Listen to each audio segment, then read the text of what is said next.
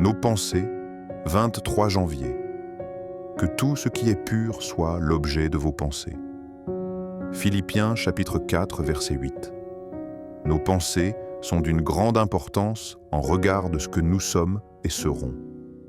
Les grands exploits ont pris naissance dans les pensées, ainsi que les pires infamies.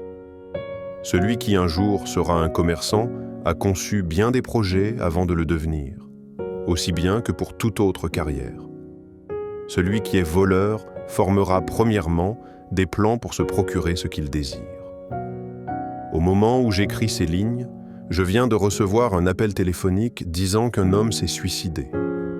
Assurément, cela ne se fait pas du jour au lendemain. Nourrissait-il depuis longtemps cette pensée qu'il finit par mettre à exécution? Voilà avec raison pourquoi l'apôtre Paul dit que tout ce qui est bon, pur, juste, soit l'objet de vos pensées. Paraphrase de Philippiens chapitre 4, verset 8. On est ce qui nous hante.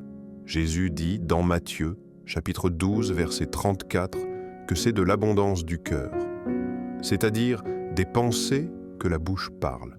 Et tout ceci se reflète à l'extérieur, qu'on le veuille ou non.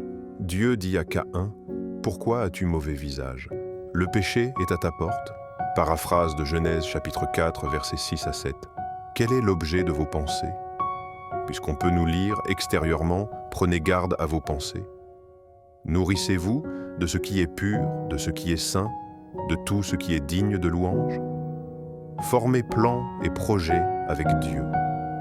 Que le Saint-Esprit soit votre guide.